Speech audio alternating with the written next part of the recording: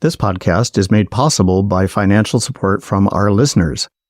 If you're not supporting us yet, check out 90milesfromneedles.com/donate or text the word needles to 53555.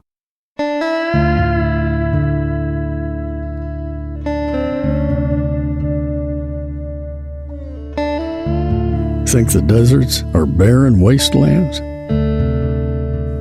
Think again. It's time for 90 Miles from Needles, the Desert Protection Podcast. 9 out of 10 of all major archaeological sites in the southwestern U.S. have been looted or vandalized. About 80% of such incidents go unreported. More than 70% of U.S. antiquities sold in overseas auctions were affiliated with southwestern tribes. Those sales are largely illegal. This is all according to savehistory.org, a very useful website, which is a project of the group Archaeology Southwest. Looting of archaeological sites is especially problematic in the desert Southwest, in part because the landscape has been less disturbed over the course of the last couple centuries of settler culture. Places such as coastal California or most of the United States east of the Mississippi River have been plowed over and paved and built on, but in the desert you still have relatively intact cultural sites, despite the fact that a majority of them have been looted or vandalized. For the last few decades, removal of artifacts or rock art or human remains or similar items from native cultural sites has been forbidden by federal laws in the U.S. Two laws in particular are most prominent: the Archaeological Resources Protection Act, or ARPA, federal law passed in October 1979, was followed a decade later by the passage of the Native American Graves Protection and Repatriation Act, or NAGPRA, in 1990. These laws protect cultural items, artifacts, and human remains of Native Americans and Native Hawaiians from looting or vandalism, making removal or theft of those items or those human remains a federal crime. Legality is one issue. Ethics and morality are a different issue. And the items we're talking about, whether they're human remains or pieces of property that were once used by ancestral Native people, are the cultural property of the tribes that are affiliated with them, best left to their original caretakers. Privatizing them by stealing them from the tribes that are the rightful owners and putting them into private collections or sending them overseas for auction is a theft of knowledge.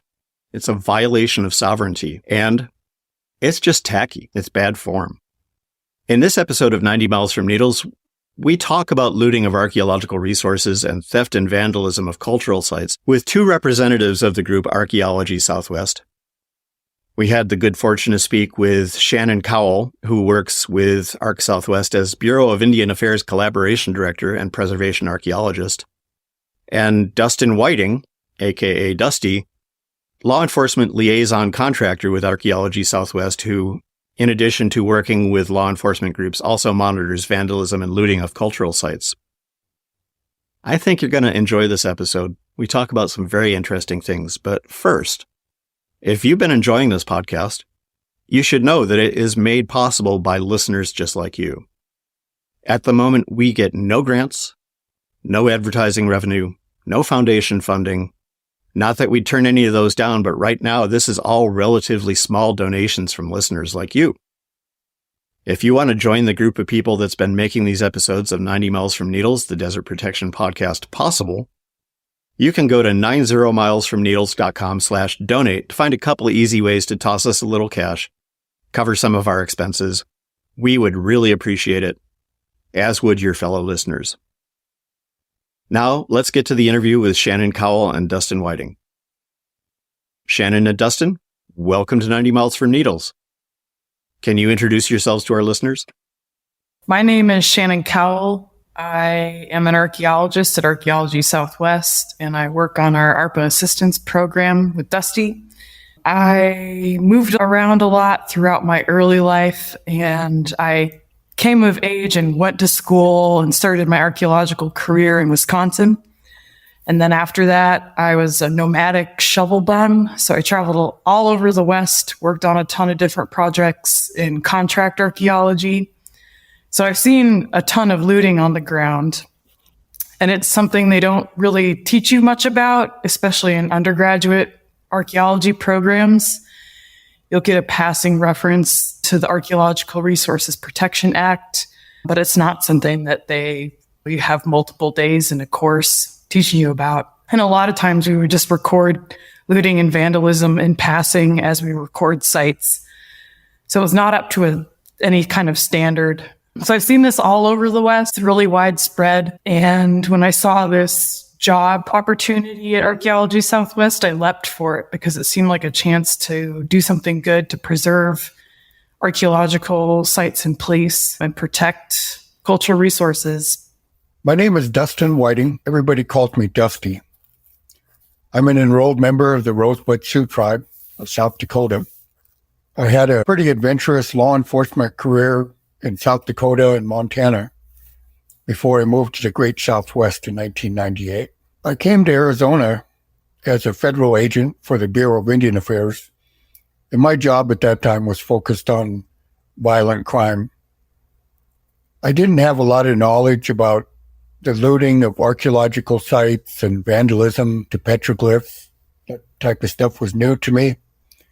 However, I did have an opportunity and attended the Federal Law Enforcement Training Center's class, if you will, regarding those issues. I had a little bit of training, a little bit of background, but it wasn't until some years later, really in 2008, while I was working on a reservation here in Arizona, that I got exposed to my first legitimate looting cases, those being violations of the Archaeological Resources Protection Act under the federal law, and my responsibilities involving Indian country, and in later years here, other federal properties like the Forest Service, BLM, and so forth.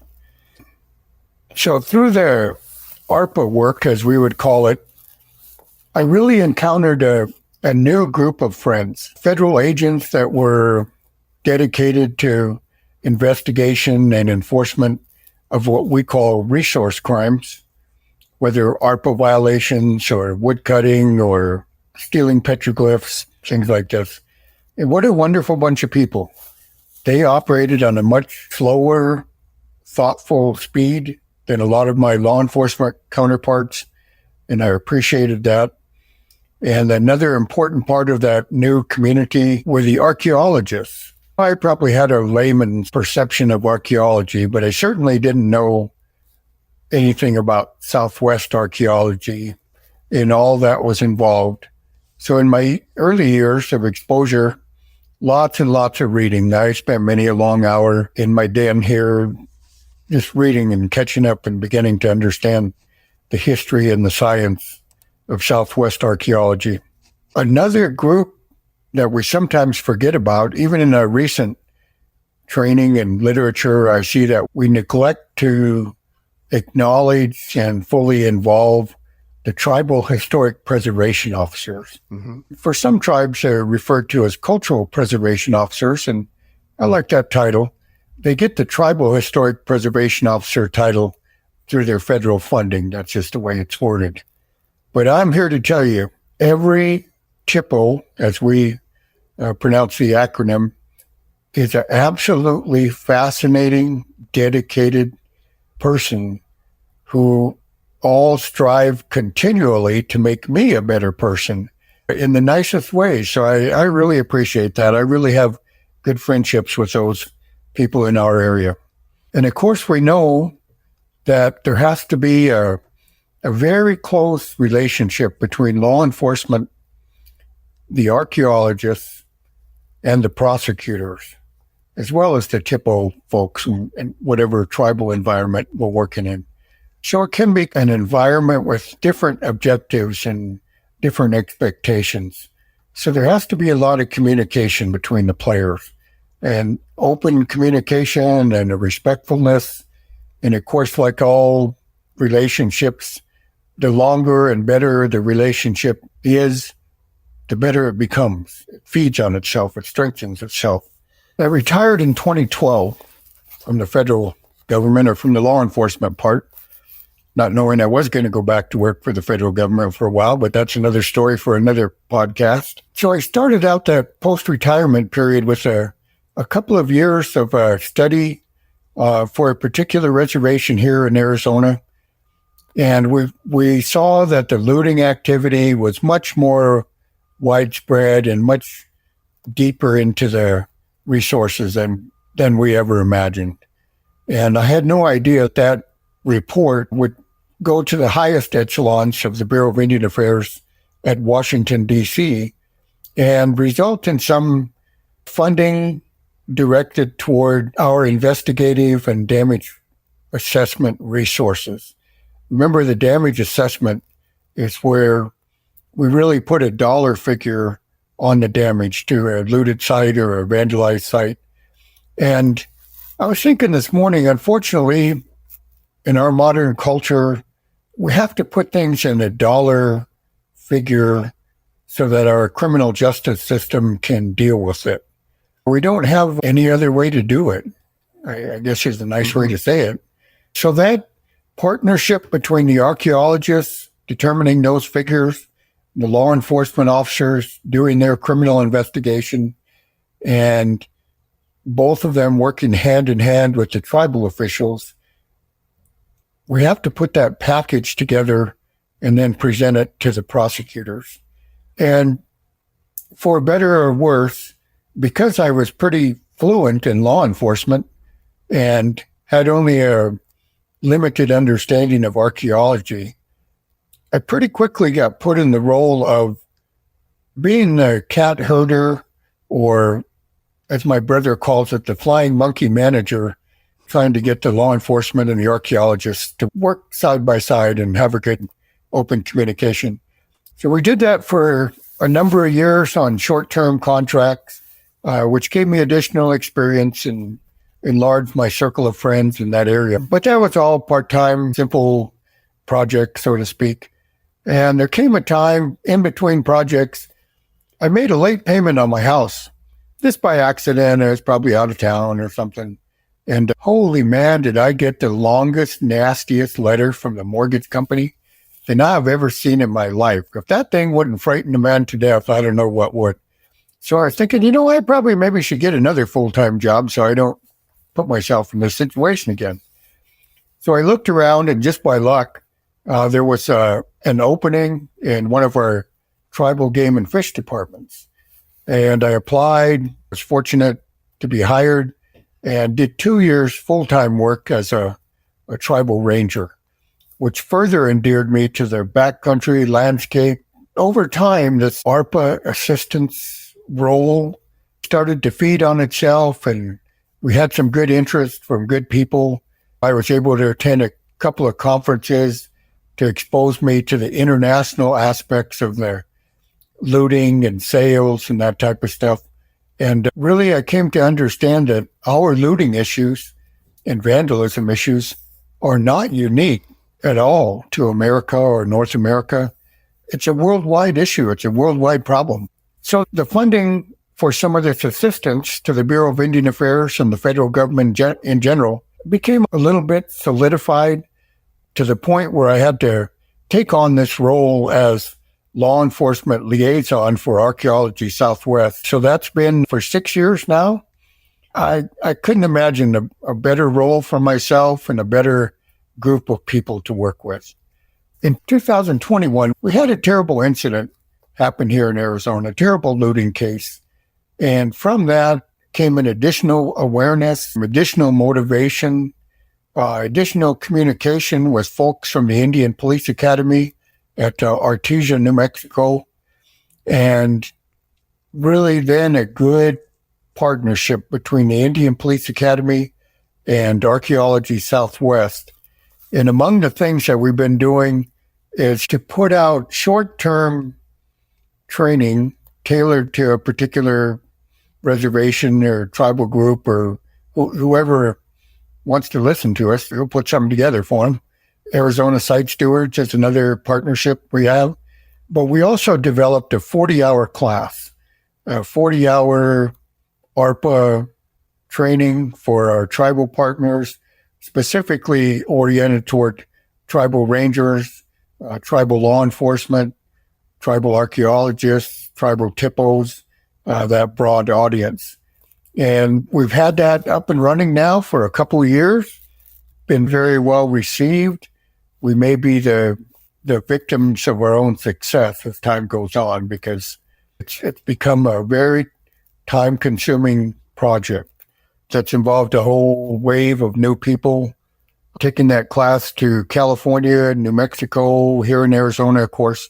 And recently, as victims of our success, we've been out to Oklahoma a couple times, and we're headed out there in the near future, but also not neglecting our northern responsibilities, be taking that class to Billings, Montana.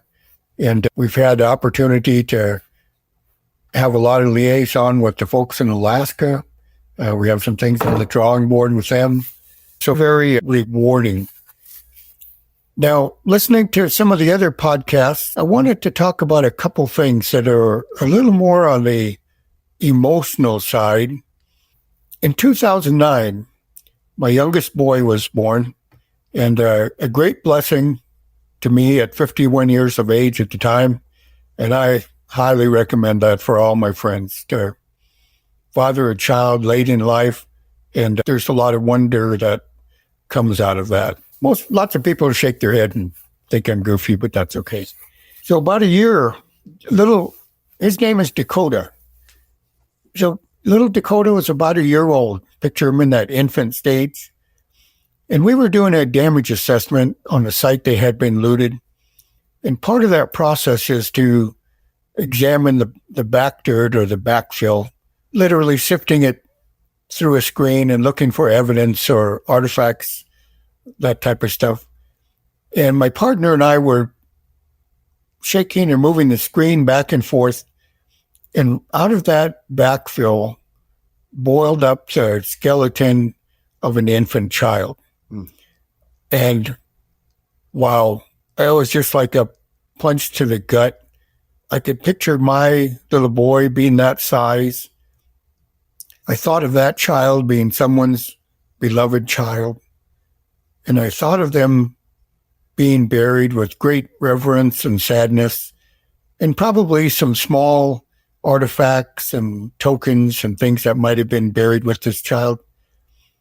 And that was what the looters were after, were the artifacts that were buried with this beloved child. And I was so mad. And it doesn't take much for me to talk about that and get mad about that again many years later. That's just a horrific thing. I joke in a way with my friends here around the Sholo community where I reside.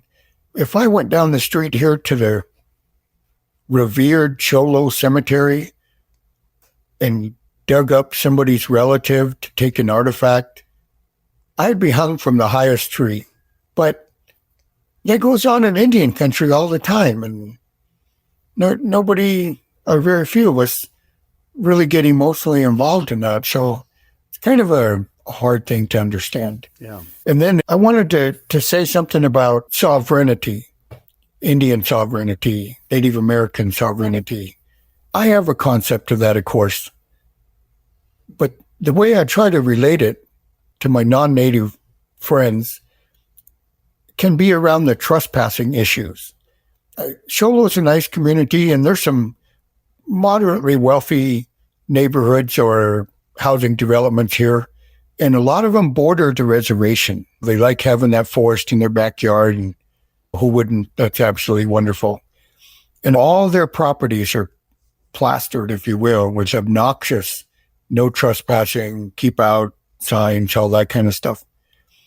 Literally on the other side of that same gravel road are smaller, somewhat subdued Fort Apache Indian Reservation boundary signs. No trespassing, keep out, right? Those people in those wealthy enclaves defend their territory to the death, literally, I'm sure. For any trespassing issue, they would quickly call the police department or the sheriff's office. But those same people walk across that road and trespass in Indian country and think nothing of it. They just don't get it. There's such a dichotomy between my property and the Indian property, or people who come onto the reservation with the specific intent of looting our sites. It just blows me away. I don't know how to explain that. One of those things I think about, and I try to resolve it or let it resolve itself in my mind. And every now and then I'm in a position where I can have a gentle discussion with somebody about that. And I can see the wheels spinning in their head that they never thought of it like that. Mm-hmm. It never occurred to them. So if I can spread that word gently, I try to do that. I was looking through some of the material that you provided, Shannon, and I fancy myself someone that pays attention to this kind of thing. I've had the privilege of visiting a bunch of different cultural sites, including rock art sites and similar places like that, and have read news stories about, for instance, Grapevine Canyon along the Colorado River. We had about a dozen years ago, a couple guys go in there with paintball equipment and desecrated some of the sites there.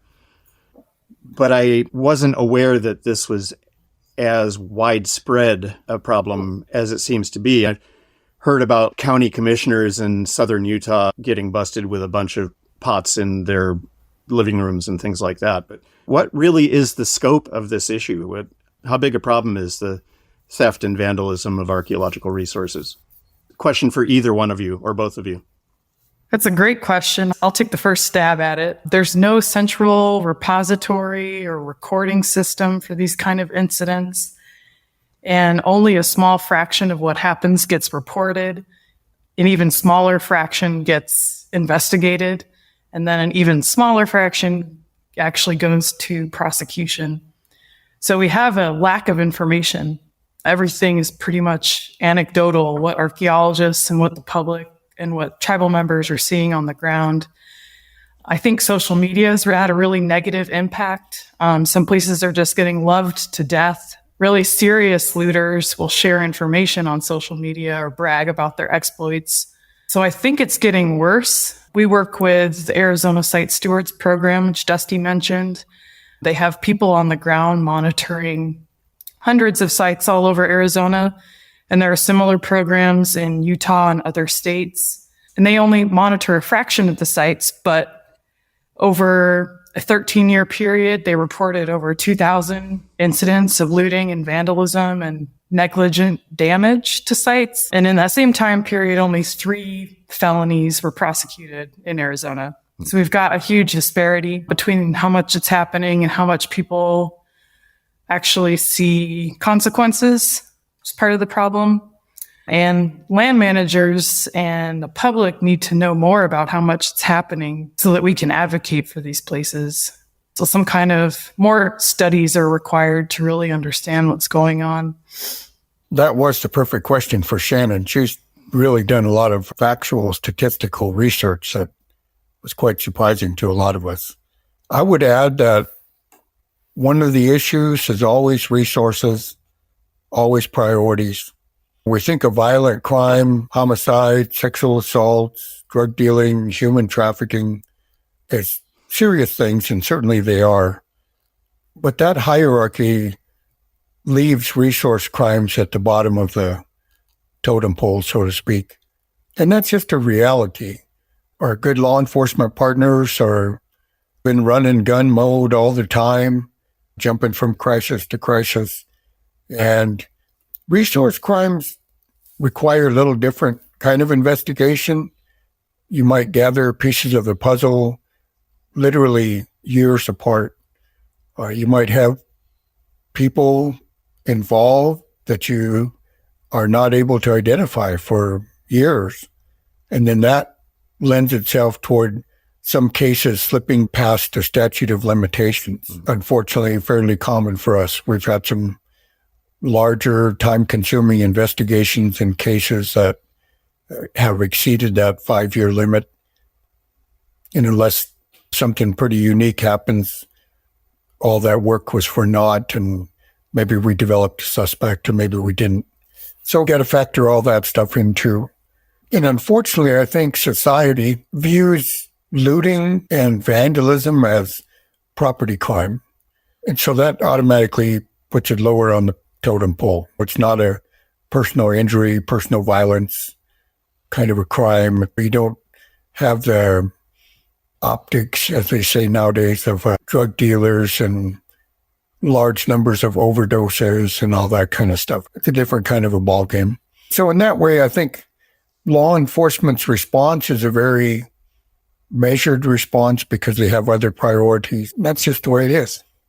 This leads to another question. Given that it seems like law enforcement folks have a tendency to take these kinds of crimes less seriously than they do murder, mayhem, the usual headline-generating crimes, what precisely is the damage to Native people or their tribes, their governments, cultures, etc., if someone steals a pot from some BLM land?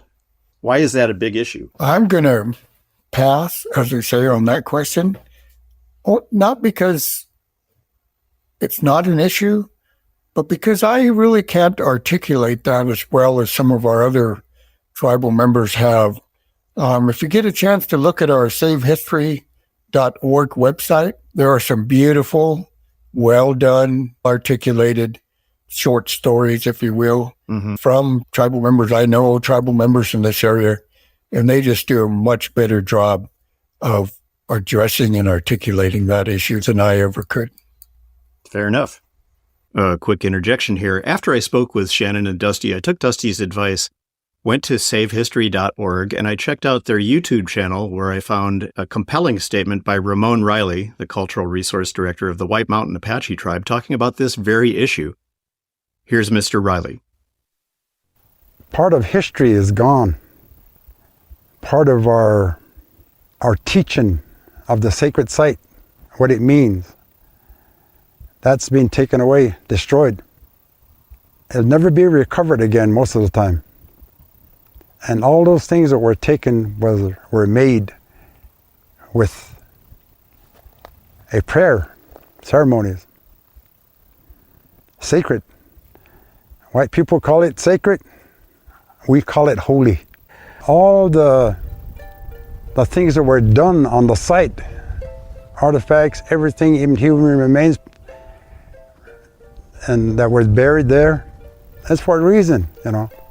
And if anything is taken, it destroys our way, our laws. The old Apache thinking is that you leave it as it is, leave it alone, just hands off. Back to the interview.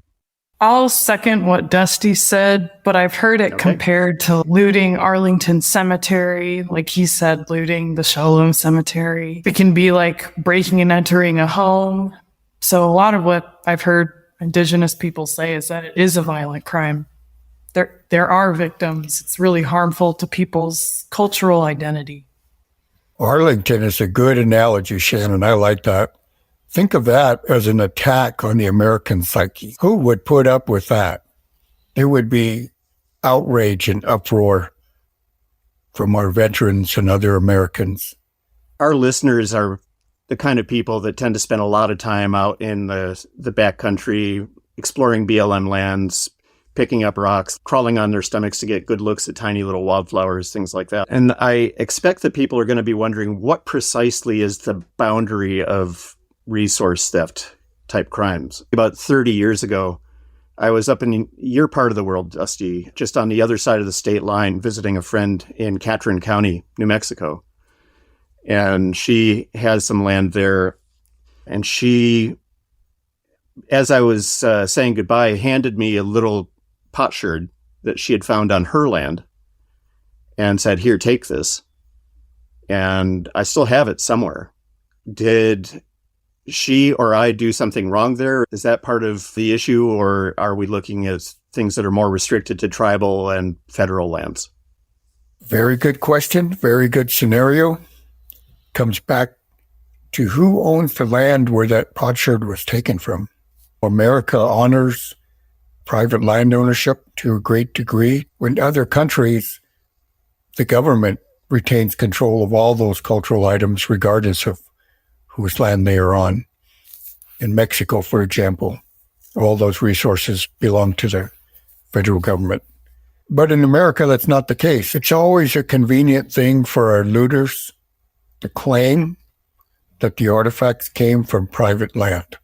What did they? We don't know. Right. And that's a hard question to ask if you did anything wrong or she did anything wrong.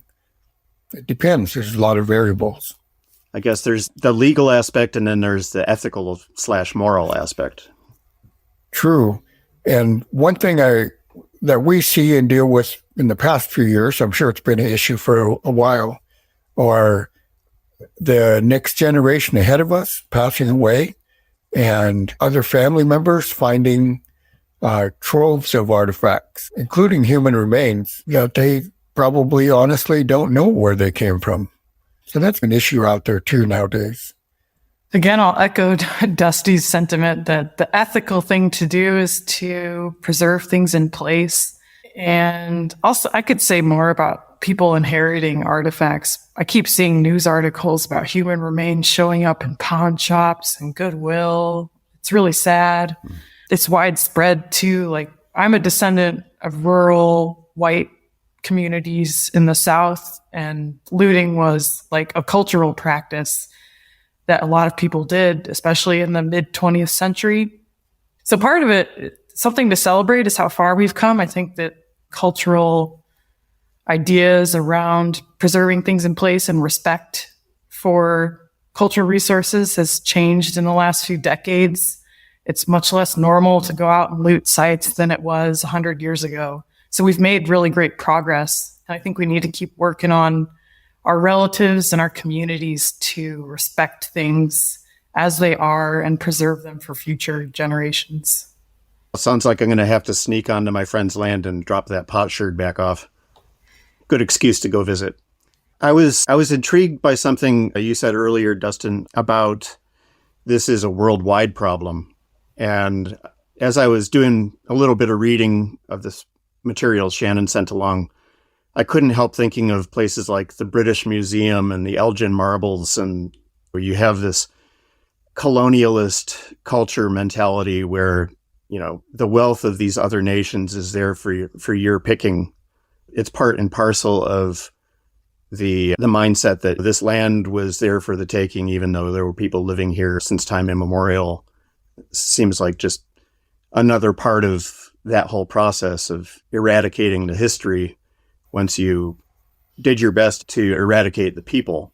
Kind of thinking out loud here and having trouble forming an actual question, but maybe just leave it open for reaction to that.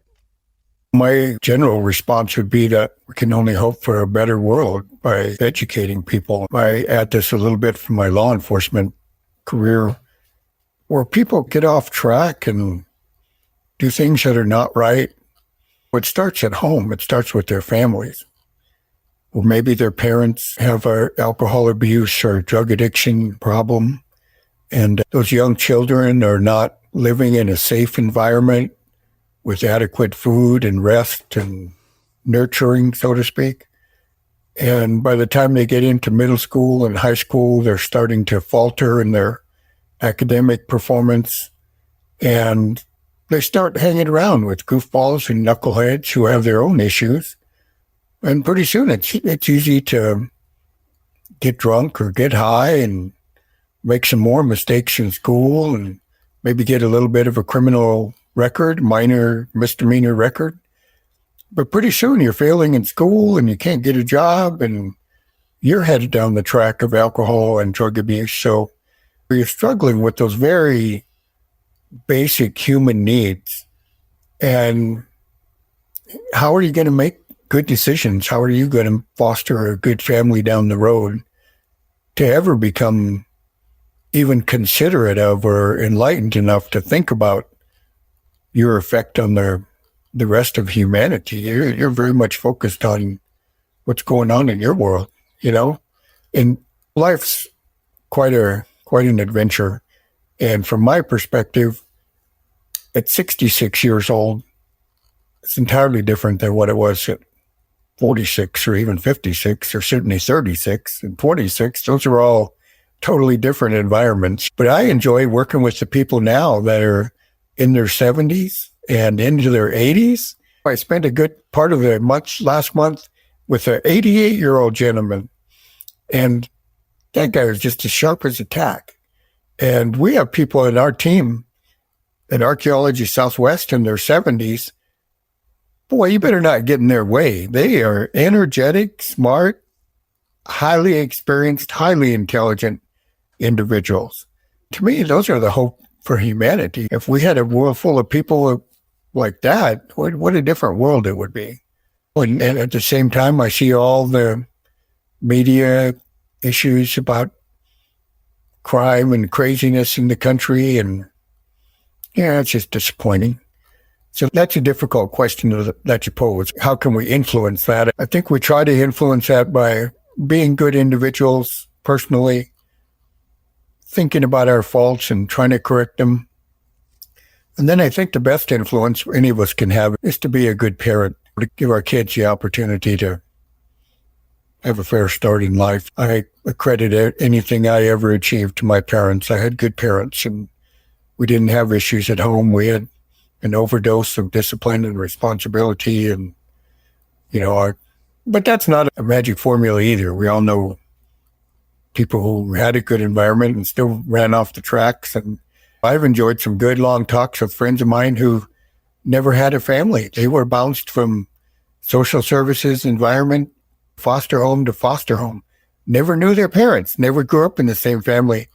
And they're still outstanding, educated, intelligent, caring people, which is fascinating how that worked for them.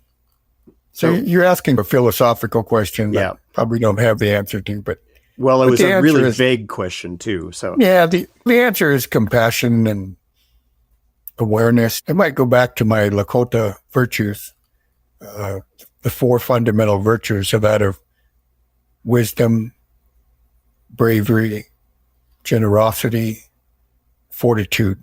If you think about those, that's wisdom is the first, to learn what's going on around you, and to be courageous, have fortitude, and to be generous. So all those things together will make the world better.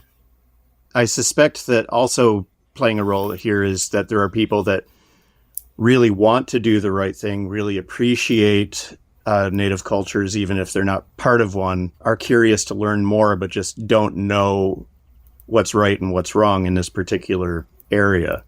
I'm wondering, for instance, how do people who are in an antiquities shop or anything from a museum shop to a thrift store, and they see a pot or a basket or something like that, how can people make sure that those were obtained ethically?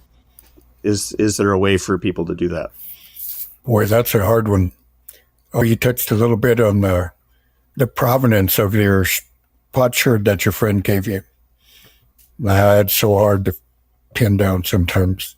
And of course, all those people involved in an industry out there of not wanting to know where those things came from. Pretty difficult. But by the same token, education and responsibility is a good thing out there. We have many success stories of stopping sales at auction houses and returning artifacts to tribes, that type of stuff. A lot of that work is done very much behind the scenes by our law enforcement partners. And maybe the day will come that we can publish a little more of that or summarize a little more of those success stories. But that's a new thing. That's only been going on certainly within the past 10 years, maybe not much more. That's a good thing going on in the background. The other aspect of that question is in the scenario that you mentioned earlier about people inheriting material from a departed loved one. If people find themselves in possession of a bunch of questionable objects, what's the first step that you would advise them to take? Try to determine where they came from. We do have situations where people have an idea where the objects were taken from. And other situations, they probably honestly have no idea. I don't know what the guidance would be on that. We'd have to find some of those smart people I know and see what they think.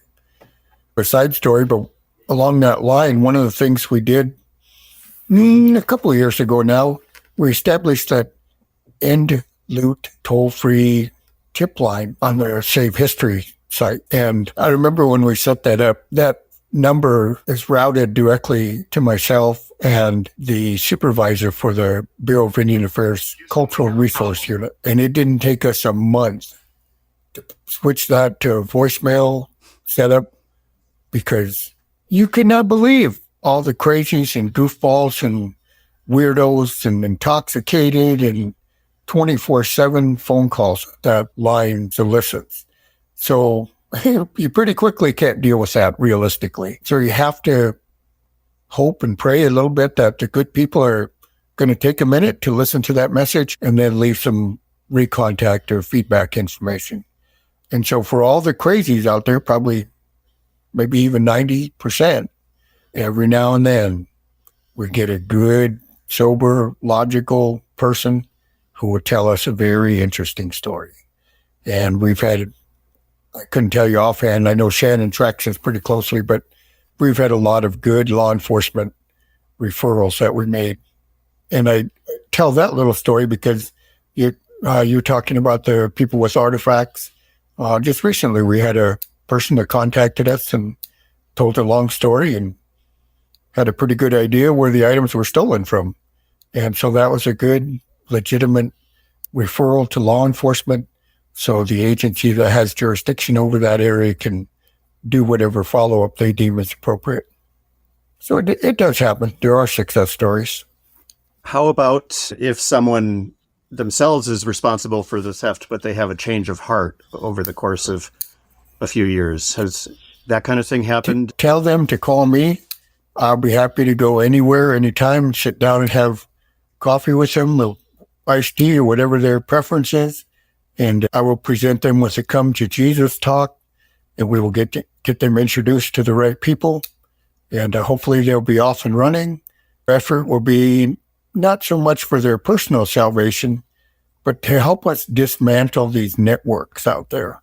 We know a lot. We know about the networks. We know who the dealers are. We know who the diggers are. We need help infiltrating those organizations. Interesting. Sounds like a spec script for a TV show. I want to see a Dark Winds episode on archaeological resource crime. Is there a season 3 coming up? Have either of you heard?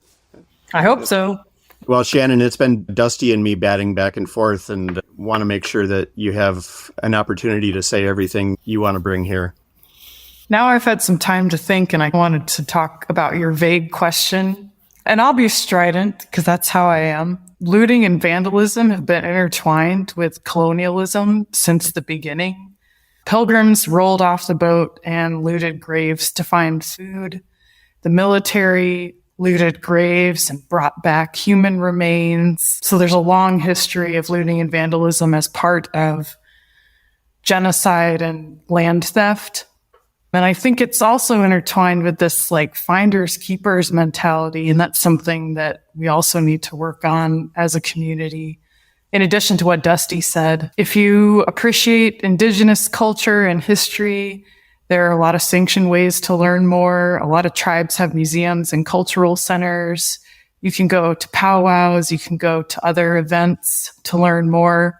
You don't need to go out and desecrate village sites and resting places. And there's plenty of non-damaging, non-violent ways. Trying to think of your other questions now, too. One thing I wanted to talk about was we put together a children's activity book.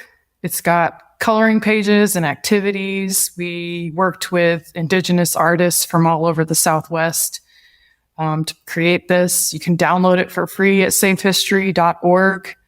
And safehistory.org also provides a place to report these issues. So if you inherit something and you don't know what to do with it, you witness a crime, you witness vandalism, you can go to our website and we can help you, direct you into the right place. That hotline Dusty mentioned is 1-833-END-LOOT. And we've got other resources on the website as well where you can learn more. That's great. And we will have all the links and resources that have been mentioned in our show notes. This has been a really fascinating conversation. Shannon, Dusty, thank you so much for joining us on 90 Miles from Needles. Thank you. Thank you for having us. Well, that wraps up another episode of 90 Miles from Needles, the Desert Protection Podcast. We have a lot of new donors to thank. Starting in chronological order since the last episode, we would like to thank Min Choi, Josh Patterson, Joshua Kierstadt, Gloria Beadle, Yvonne Legrice, William Walker, Nora Lee, Allison Baumhefner, Karen Cowan, Barrett Baumgart, Hillary Sloan, Andrew Alden, and Thomas Fjallstam. And to everyone who shared our appeal on social media, helped us spread the word, we appreciate you. In addition, I want to thank Joe Jeffrey, our voiceover announcer. Look for more of him in episodes to come. We have to work out that contract, but I'm optimistic. Thanks as well to Martine Mancha, our podcast art creator. Our theme song, Moody Western, is by Brightside Studio. Thanks to Archaeology Southwest for the use of their material in preparing this episode. And special thanks to our friend Skylar Begay, who helped us set this whole thing up and had the idea for the episode in the first place, arranged the meeting between Archaeology Southwest and us at 90 Miles from Needles. Thank you, Skylar. And thanks to you for listening. We will be back next week. In the meantime, please take care of yourself. The desert needs you. And we will see you at the next watering hole. Bye now.